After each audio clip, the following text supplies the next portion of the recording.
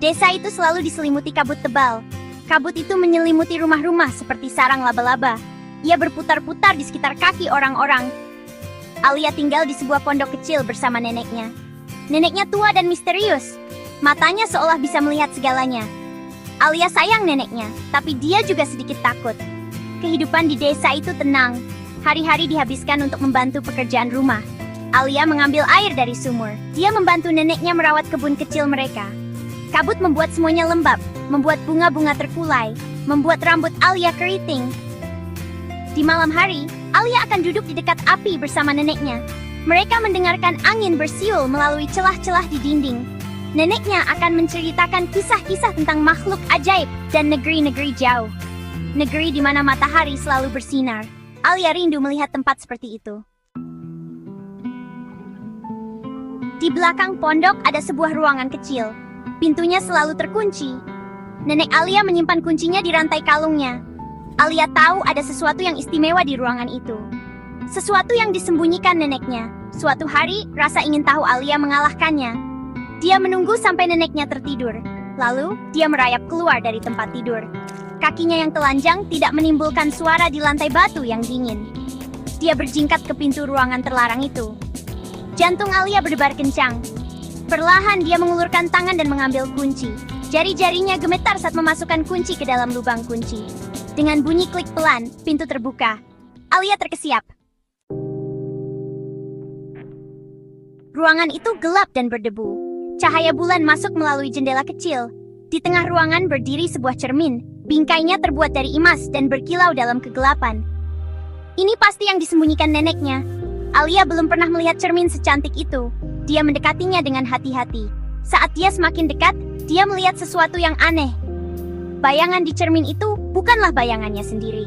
Itu adalah dunia lain. Dunia yang bermandikan cahaya ungu. Hujan mengguyur jendela.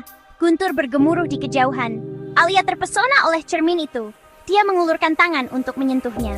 Saat jari-jarinya menyentuh kaca yang dingin, dia merasakan sensasi kesemutan yang aneh. Dunia di sekitarnya mulai berputar. Alia terjatuh menembus kegelapan.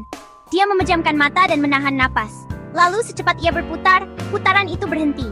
Alia perlahan membuka matanya. Dia tidak lagi berada di pondok neneknya. Dia berada di hutan, tapi ini bukan hutan biasa. Pepohonan berkilauan dengan 1000 warna. Daun-daunnya seperti kaca patri, menangkap cahaya dan memantulkannya kembali dalam kaleidoskop warna. Di atas, langit berwarna ungu tua seperti beludru. Alia melangkah maju, tanah di bawah kakinya lembut dan kenyal. Rasanya seperti berjalan di atas hamparan lumut. Udara terasa manis dan hangat, dipenuhi aroma 1000 bunga eksotis. Alia tidak percaya dengan apa yang dilihatnya. Bahkan lebih indah dari cerita neneknya. Bagian 5, pencarian rubah bersayap. Saat Alia menjelajah lebih dalam ke dalam hutan, dia mendengar suara gemerisik pelan di semak-semak. Dia membeku, jantungnya berdebar kencang. Sepasang mata yang cerah dan cerdas mengintainya dari balik pohon. Kemudian, seekor makhluk melangkah keluar. Itu adalah seekor rubah. Tapi bukan rubah biasa. Rubah ini memiliki sayap. Bulunya sewarna cahaya bulan, dan matanya berkilau seperti berlian. Rubah bersayap itu mendekati Alia dengan hati-hati. Ia mengitarinya sekali, 2 kali, lalu duduk di depannya, ekornya melingkar anggun di sekitar cakarnya. "Selamat datang, Alia," kata rubah bersayap itu. Suaranya seperti denting lonceng kecil. "Kaulah yang kami tunggu-tunggu. Kau harus menemukan bayanganmu." Alis Alia berkerut. Menemukan bayangannya? Apa maksudnya? Dia hendak bertanya pada rubah itu ketika tiba-tiba rubah itu menghilang. Meninggalkan Alia sendirian di jantung hutan ajaib. Alia memulai pencariannya. Hutan itu adalah simfoni keajaiban. Sungai-sungai bernyanyi untuknya saat dia lewat. Suara mereka seperti perak cair, merajut kisah-kisah sihir kuno dan pengetahuan yang terlupakan. Bunga-bunga bergoyang tertiup angin, kelopaknya dicat dengan setiap warna yang bisa dibayangkan.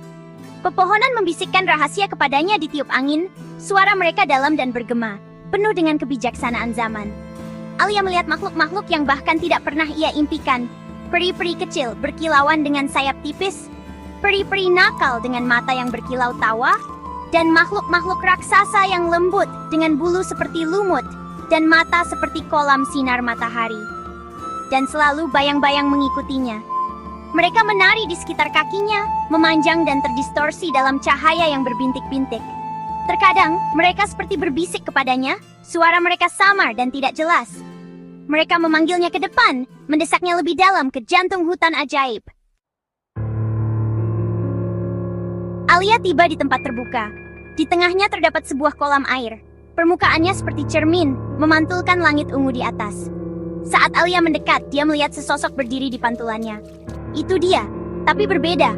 Alia ini memiliki mata yang bersinar dengan cahaya keemasan. Ekspresinya serius, tatapannya tajam. Bayangan Alia mengulurkan tangan ke arahnya.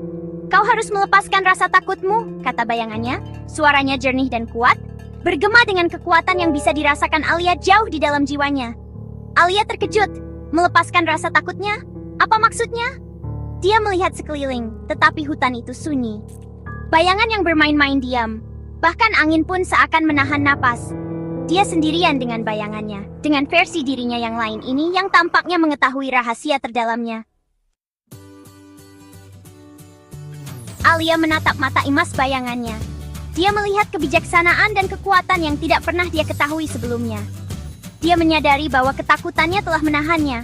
Ketakutan akan hal yang tidak diketahui, akan masa depan, akan tidak cukup baik. Alia menarik napas dalam-dalam dan menutup matanya. Dia memikirkan semua hal yang dia takuti.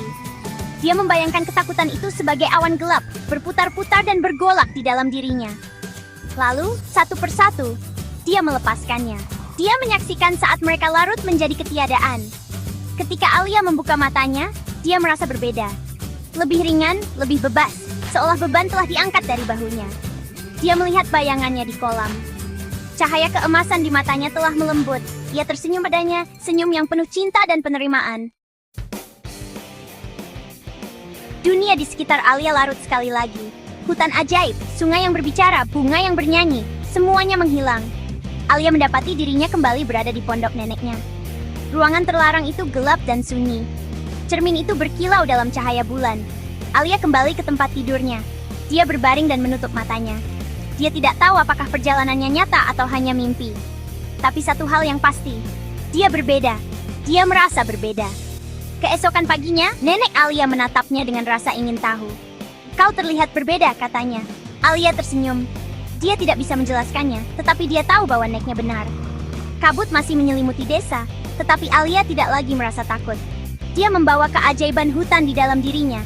Dan di matanya ada cahaya baru, kilauan emas yang samar